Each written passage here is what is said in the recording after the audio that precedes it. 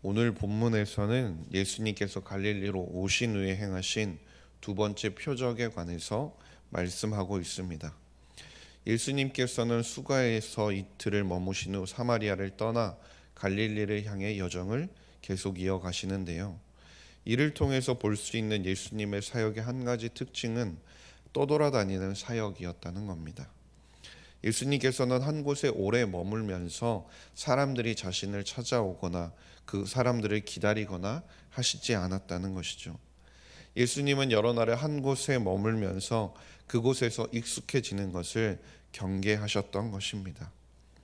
그렇게 사마리아를 떠나신 예수님과 제자들은 갈릴리에 이르게 되는데요. 그곳에 사는 사람들이 예수님께서 오셨다는 말을 듣고 예수님을 영접하게 됩니다. 그런데 여기서 그들이 영접하였다는 것이, 그들이 예수님을 영접한 그 이유가 예수님이 메시아로서 자신들을 구원할 사람, 구원해 주실 분이라는 것을 그들이 알았기 때문이 아니라는 것입니다. 그들 가운데서는 예루살렘에서 예수님께서 하셨던 일을 본 사람도 있었습니다. 그리고 예수님께서 지금껏 행하셨던 기적과 이적에 관해서 들은 사람들도 있었다라는 것이죠. 즉, 주변의 소문이 무성한 예수님이 자신들이 사는 곳에 나타나시게 되니 그들의 눈에는 그저 신기해 보였다는 겁니다. 갈릴리 가나가 어떤 곳입니까? 예수님께서 처음으로 물로 포도주를 만드신 사건이 일어난 곳입니다. 그런 놀라운 일이 일어난 것인데, 그런 일들이 사람들의 기억에서 쉽사리 잊혀지지는 않았을 겁니다. 여전히 그들 사이에서는 그 일이 화제거리였겠죠. 그래서 그들은 자신의 지역에 오신 예수님께서 이번에는 어떤 새로운 이적을 보여주실까 하는 호기심과 흥미를 가지고 예수님을 지켜보고 있었던 거죠. 즉, 그들은 예수님이 메시아가 아닌 그저 기적을 행하는 사람, 그 기적과 이적을 보기 위해 모여 있었다라는 겁니다. 그런데 한편 그 지역에 예수님이 오셨다라는 소식을 듣고 왕의 신하도 예수님을 만나기 위해 찾아옵니다. 그는 자신의 아들의 병을 고치기 위한 목적을 가지고 예수님께 나아오는데요. 그가 이방인인지 유대인인지는 분명하지 않지만 안 목사님의 설교를 통해서 우리가 들었다시피 요한복음이라는 것이 시간의 순서가 아니라 전달하고자 하는 사건과 그 의미의 순서에 따라 기록되었음을 우리가 들었습니다. 즉, 오늘 본문에 등장하는 왕의 신하도 마찬가지인 것이죠. 그는 지금 오늘 본문의 말씀을 통해서 제자들과 비교되는 모습을 통해, 그리고 그 지금 예수님을 영접하기 위해 모여 있는 군중들의 모습들과 비교를 통해 우리에게 전달하고자 하는 바가 있기 때문에 그가 등장하게 되었다라는 겁니다. 요한복음 2장 11절 말씀을 보게 되면 그 제자들이 예수님이 물을 포도주로 변하게 하심을 보고 예수님을 믿게 되었다고 말씀합니다. 그리고 이러한 제자들의 믿음은 예수님이 부활하신 후에 깊어지고 완전하여졌다고 말씀하는데요. 요한복음 2장 22절 말씀에 죽은 자 가운데서 살아나신 후에야 제자들이 이 말씀하신 것을 기억하고 성경과 예수께서 하신 말씀을 믿었더라라고 말씀합니다. 그런데 오늘 본문에 나오는 왕의 신하의 모습은 조금 달랐습니다. 47절 말씀을 보시면 그는 예수님께 나아왔고 자신의 아들의 병을 고쳐달라고 간청합니다. 어떻게 보면 그도 지금 예수님을 영접하기 위해 모여있는 군중들과 같이 예수님의 기적과 이적만을 바라보는 사람처럼 보이기도 한다라는 것이죠. 그런데 그가 예수님께 간청한 그 이후의 반응이 조금은 독특한 것 같습니다. 예수님이 그에게 아들이 살 것이라고 말씀하시자마자 그는 예수님이 하신 말씀을 믿고 가게 됩니다. 50절 말씀입니다. 예수께서 이르시되 가라, 내 아들이 살아있다 하시니 그 사람이 예수께서 하신 말씀을 믿고 가더니, 이 모습이 제자들과 왕의 신하의 차이였다라는 것이죠. 왕의 신하는 예수님의 말씀을 듣고 눈에 정말 아무것도 보이지 않고 자신이 확신할 수 있는 아무것도 없음에도 불구하고 믿음을 가지고 그 다음 행동으로 나아갔다라는 것입니다. 그런데 제자들은 앞서 살펴본 말씀을 통해 어떻게 합니까? 예수님께서 자신들에게 지금껏 하셨던 말씀들이 예수님의 부활로 검증된 후에야 자신들이 가졌던 믿음을 드러내며 자신들의 행동으로 그 믿음을 보여주었다라는 것입니다. 우리도 마찬가지입니다. 우리는 누구나 삶을 살아가다 보면 문제 앞에 직면하게 됩니다. 삶의 모든 순간이 평탄하고 삶의 모든 순간에서 순조로운 삶을 사는 사람은 단 한 사람도 없을 것입니다.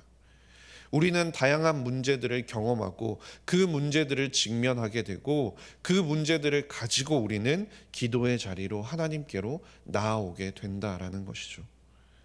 그런데 여기서 우리에게 필요한 것이 무엇입니까?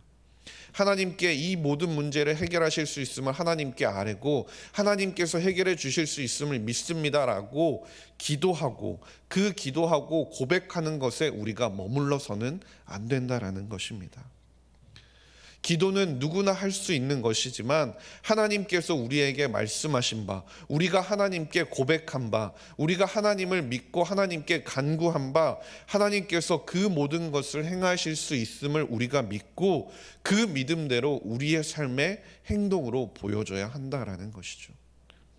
왕의 신하가 예수님께 자신의 아들을 고쳐달라고 고백하고 예수님께서 그 왕의 신하에게 그 아들이 고쳐졌다라고 말씀하셨을 때 그 왕의 신하가 믿음으로 자신에게 아들에게 돌아갔던 것처럼 우리도 하나님께 고백하며 나아왔을 때 하나님께서 주시는 그 마음을 붙들고 우리의 삶 가운데 그 믿음대로 살아갈 수 있는 우리의 모습이 필요하다라는 것입니다.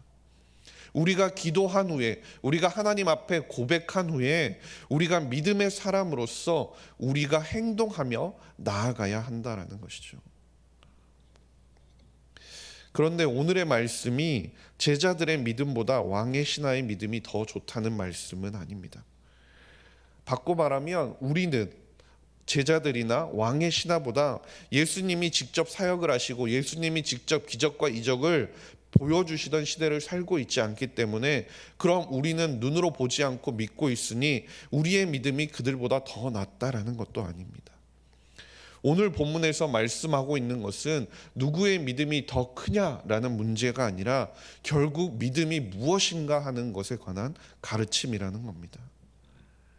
예수님께서 갈릴리에 오셨을 때 그리고 예수님께서 갈릴리를 다니실 때 예수님을 따라다니던 그 군중들이 보던 것은 예수님이 아니라 그 기적이었습니다. 요한복음 6장 26절 말씀을 보면 이렇게 말씀하는데요. 예수께서 대답하여 이르시되 내가 진실로 진실로 너희에게 이르노니 너희가 나를 찾는 것은 표적을 본 까닭이 아니요 떡을 먹고 배부른 까닭이로다라고 말씀합니다. 군중들은 예수 그리스도를 바라본 것이 아니라 떡이 기적적으로 공급되는 것을 보고 그것을 경험했습니다. 그들이 집중한 것은 예수님이 아닌 떡이었다라는 것이죠. 누가 그들에게 떡을 주었는지 그리고 예수님께서 그 떡을 그들에게 먹이신 이유가 무엇인지에 대해서 그들은 깨닫지 못했던 것입니다. 그들은 끊임없이 그 기적만을 바라보고 예수님께서 베푸시는 그 기적과 표적들만을 더 많이 체험하기를 원했다라는 것입니다. 그런 것들을 많이 경험하게 되면 자신들 가운데 정말 참된 믿음이 생길 것이라고 착각하고 있었는지도 모릅니다. 그러나 예수님께서 우리에게 보여주신 그 표적들은 하나님을 향한 믿음으로 우리를 인도하는 역할을 하는 것이지 그것이 우리의 믿음을 생기게 하거나 성장하게 하는 것은 아니라는 겁니다. 다시 말해서 믿음이라는 것은 예수님의 영광을 우리가 우리의 삶 가운데 얼마나 많이 경험했느냐, 얼마나 많이 보았느냐가 아니라 예수님의 말씀을 그대로 온전히 받아들이는 것이 믿음이라는 것입니다. 왕의 신하는 자신의 믿음에 반응하여 행동하고 나아갔고 그렇게 행동했을 때 그의 믿음이 더욱더 자라가는 모습을 보여주었습니다.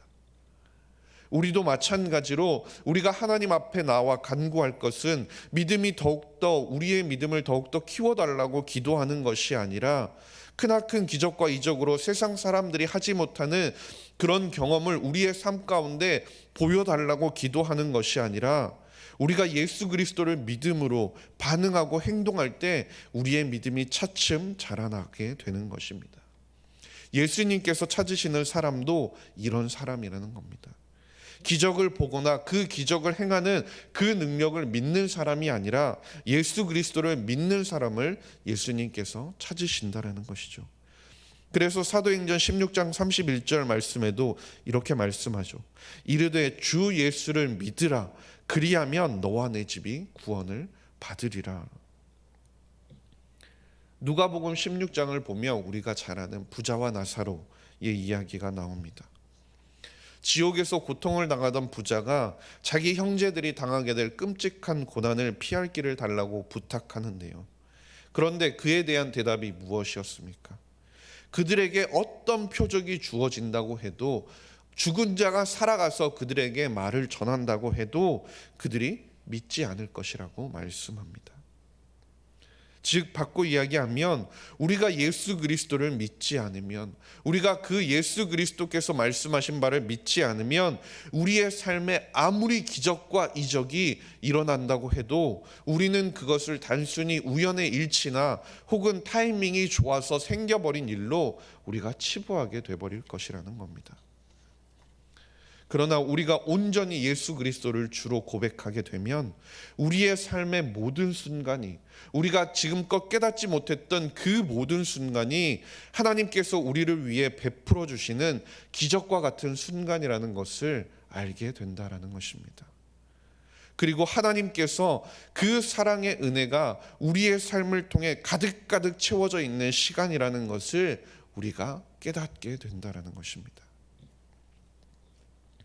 간절히 바라기는 우리의 눈을 현혹시키는, 그리고 우리의 눈을 이끌 만한 그런 믿기 힘든 기적적인 광경이나 그런 것들을 바라면서 우리가 그것에만 머물러 있는 것이 아니라 그 너머에 계시는 예수 그리스도를 우리가 바라볼 수 있기를 간절히 소망합니다. 믿기 힘든 일들, 지금 우리 앞에 있는 그 문제들을 바라보면서 주저앉아 있는 것이 아니라 그 너머에 계시는 예수 그리스도, 그 모든 것을 가능케 하시고 해결하시며 가장 좋은 것으로 우리에게 베풀어 주시고 공급하시는 그 하나님을 믿으며 우리의 삶에 베풀어 주신 하나님의 그 크신 사랑과 은혜에 우리가 온전히 반응함으로 오늘 하루도 살아갈 수 있는 저와 모든 성도님들이 될 수 있기를 주님의 이름으로 간절히 소망합니다. 기도하겠습니다. 하나님 아버지 감사합니다. 오늘도 우리를 예배의 자리로 불러주시니 감사드립니다. 우리의 삶의 어려움과 우리의 삶의 문제들에 시선이 고정되어 하나님을 바라보지 못하고 살아가지 않게 하시고, 하나님께서 어떤 분이신지를 우리가 기억하며 우리의 삶 가운데 풍성하게 베풀어 주신 그 은혜와 사랑에 감사함으로 반응하며 살아가는 저와 모든 성도님들이 되게 하여 주시옵소서. 감사드리며 모든 말씀 우리 구주 예수 그리스도의 이름으로 기도드렸습니다. 아멘.